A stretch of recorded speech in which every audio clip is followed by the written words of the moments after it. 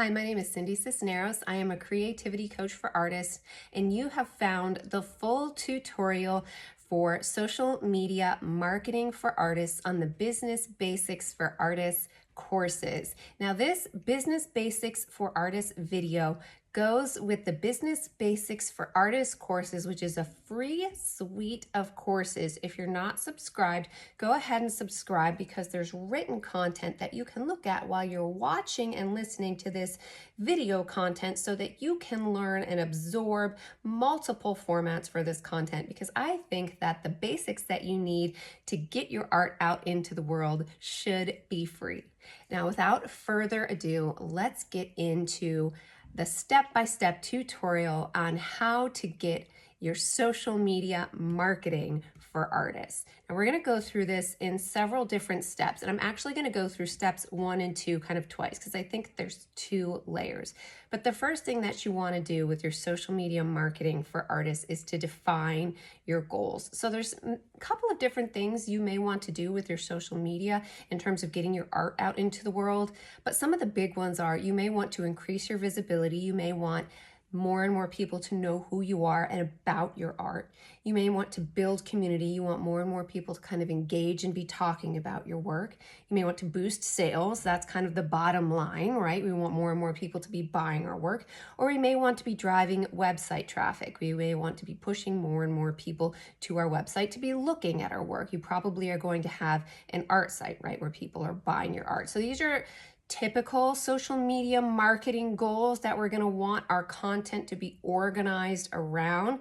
You've probably heard that there's actions that you're going to want your content, like call to actions, that you're going to want your content to be encouraging people to do. So these are the things that the goals that you're probably going to want your social media marketing to be organized around. And if you have this in mind, then you're going to feel more organized in what you're doing your social media marketing for.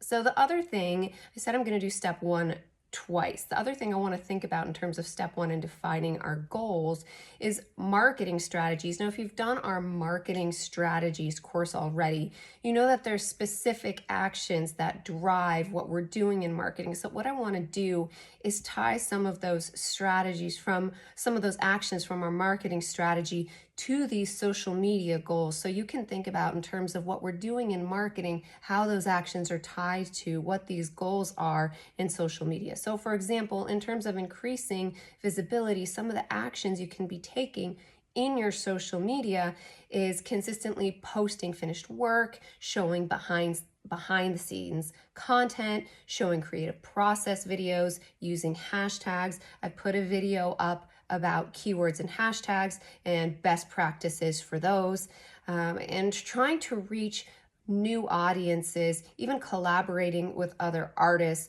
cross-promoting. You're trying to increase your reach.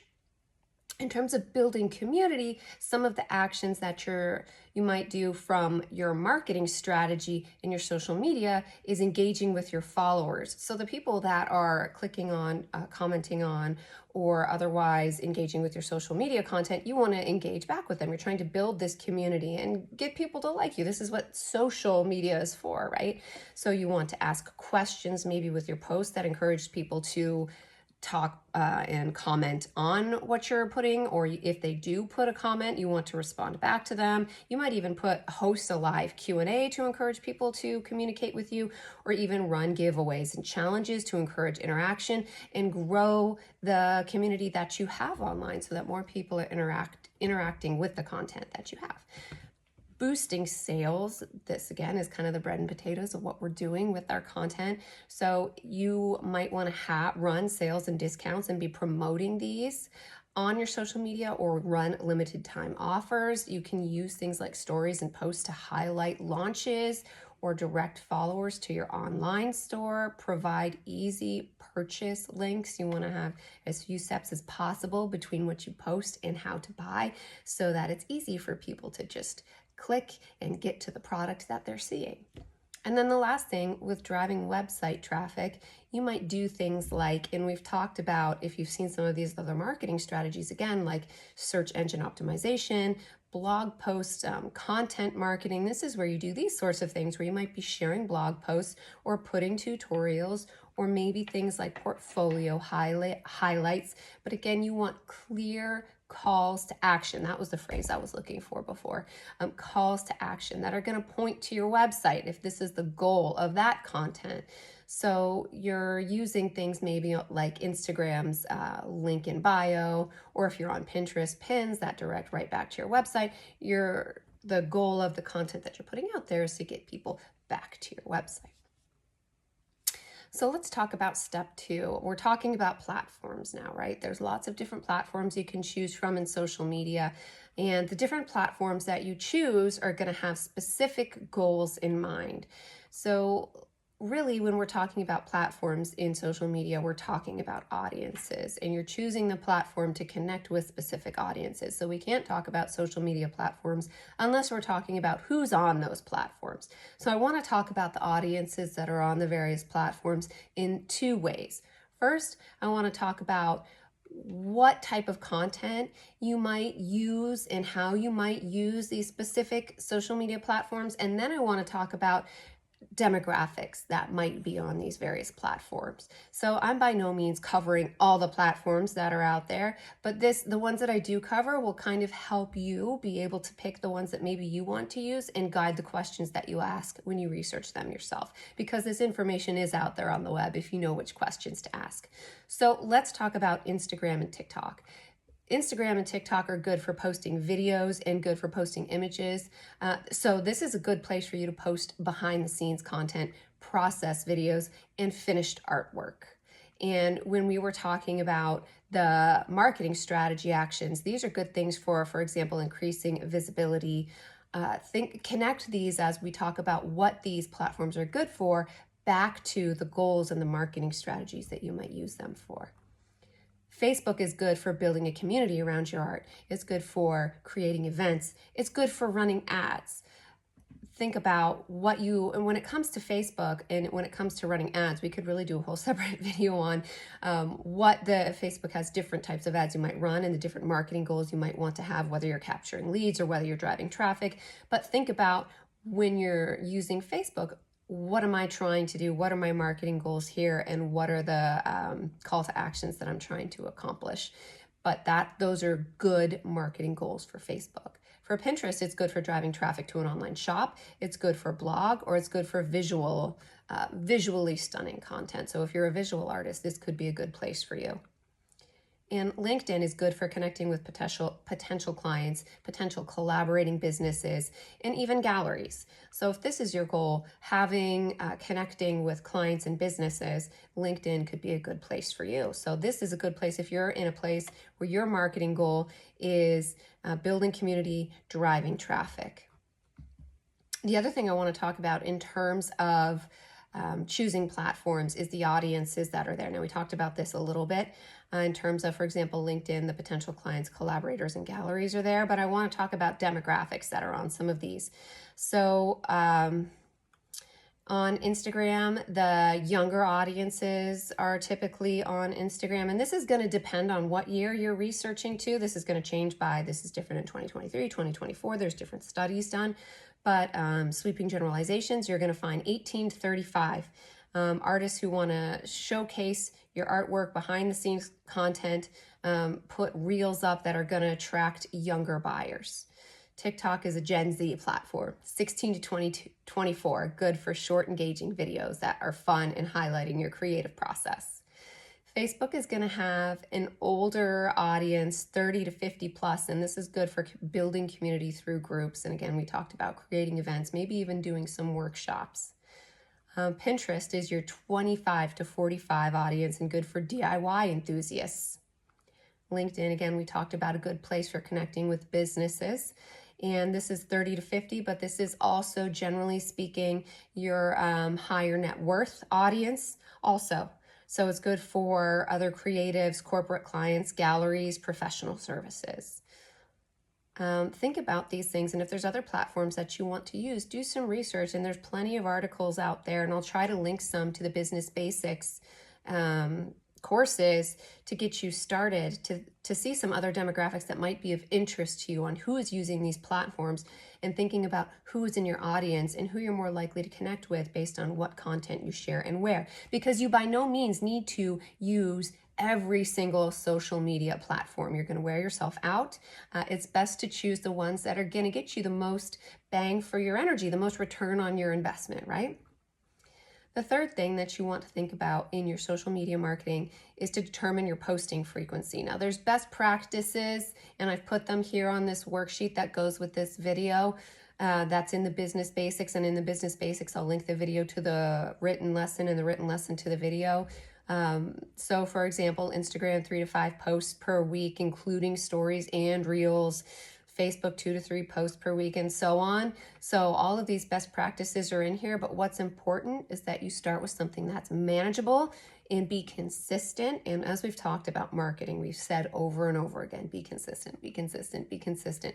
So start with something that you can be consistent with. And we're going to talk about, as we continue on through this tutorial, ways that you can create and pre-post content that will help you with that. The next thing to think about is creating content themes.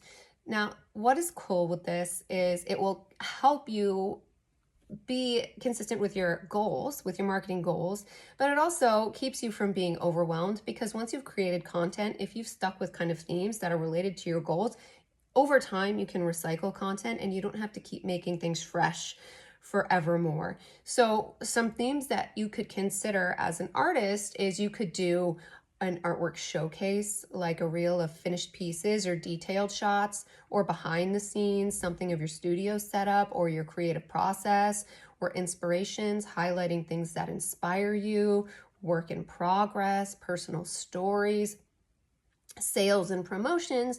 Once you kind of get a rotation of some of this up and running, you could decide, okay, I can every month, every couple of months, recycle some of this content. Or you could even, for example, assign for yourself on Wednesdays, I'm going to do like work in progress Wednesdays or this sort of thing. And that can make it easier for you to plan your calendar. The fifth thing to think about, and I kind of alluded to this, I got a little bit ahead of myself, is to plan your content in advance. So for me, and I don't think I have one handy, I have paper calendar, and you know what I'll do is on the Business Basics, I'll give you this template because it helps me and maybe it will help you. I have the social media platforms that I use down one side. I have the days of the week on the other side, and I will plan out my social media content a week in advance. And on the very back of the pages, I kind of have brainstorming space where I'll think about what's coming up, the themes, and how I want to develop the content around. And then I will write out a week in advance on the days and by platform where I want everything to go. And then once I have that all organized, I will go and sit down with the electronic platforms and how I upload everything in advance and organize it all on a particular day. And that's how I organize and set everything up in advance.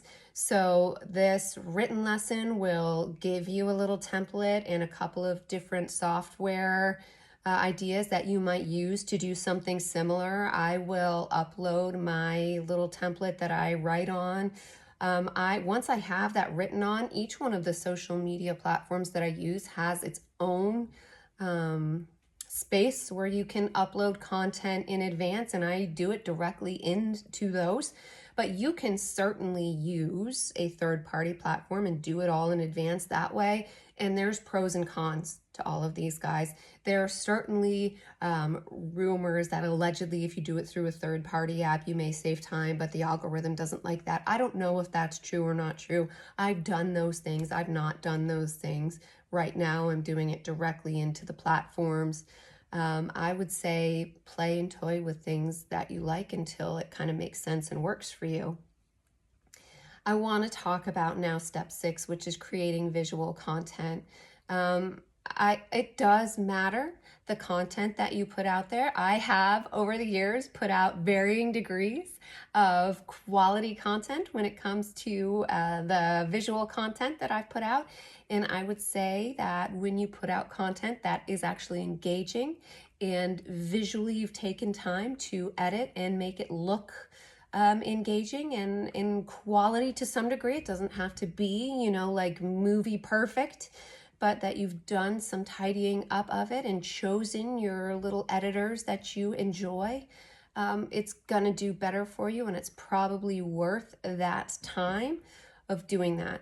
So whether you pick a little app that you like tidying things up in, whether you use something like Canva to put images in, or whatever you decide to use, it will be worth your time making your content look nice. And that being said, I'm not recommending that you go hugely overboard right off the bat and putting tons of time, money, and energy into making amazing content. I think that is up to you, what you want to do and how you want to do it. But I do think that putting some thoughtfulness and some time into it does pay off. But think about too your branding and reflecting your personal style and your creative style, and bringing into your online space who you ultimately want to have buying your artwork, and putting content out that's going to be reflective of the quality of work that you are ultimately going to be selling and the audience that you want to be attracting in that way. I guess what I'm saying is you want that aesthetic to generally be consistent. Again, when you're putting captions on, and personally I find this to be one of the most tedious things. I generally like the visual aesthetics of the social media marketing, but when it comes to putting captions and hashtags on everything, you can use a lot of the same visual content, but each platform is going to have different prompts when it comes to captions and hashtags and titles. And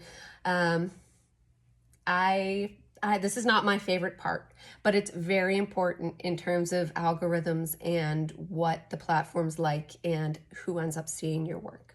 So my personal recommendation to you is spend some time getting to know the platforms and what needs to go in these content boxes for the written content.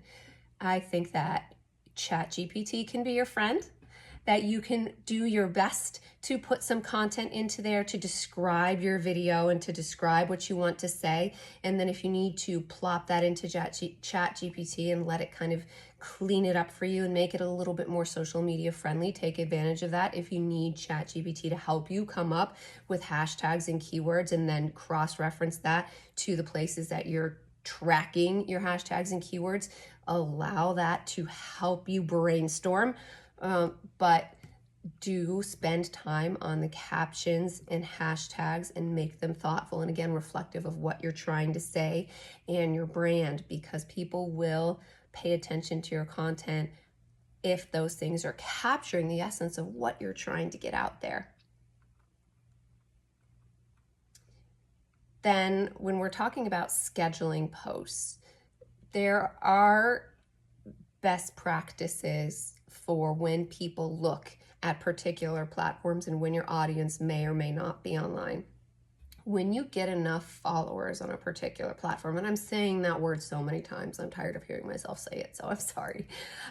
You will, on some of them, you'll start to get analytics back that tell you when your audience is online, that help you know when it's good to post. But before that, you can certainly research and check and see graphs all over the place of, generally speaking, populations are online most on Facebook, for example, at this time and at this time, and use those to kind of guide you. And then, and I'm getting ahead of myself too because this is step 10, but you can look at analytics, and if you set up a business profile for yourself, you get even better analytics to see when people are looking at your content more.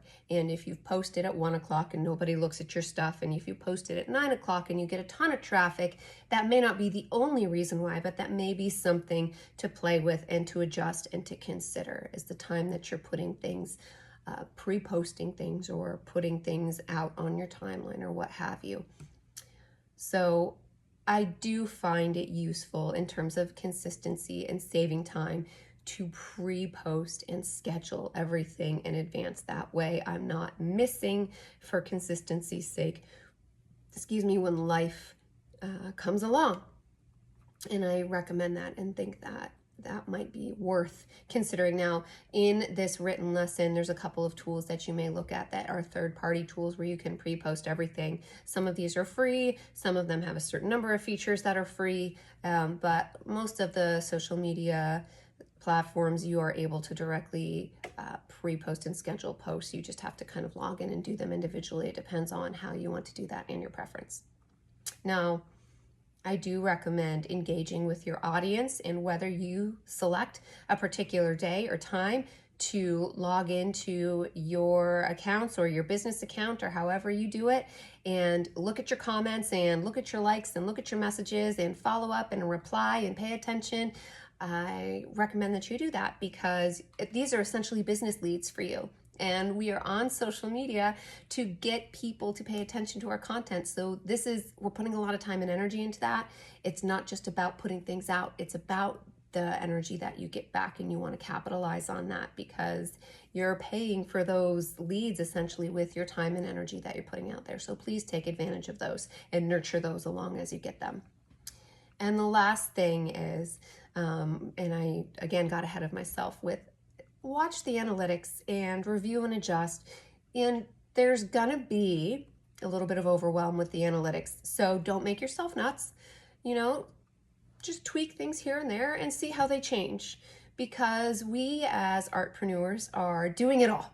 So at first it's going to be a matter of just trying to cover the basics and get some content out there and see what, spaghetti hits the wall.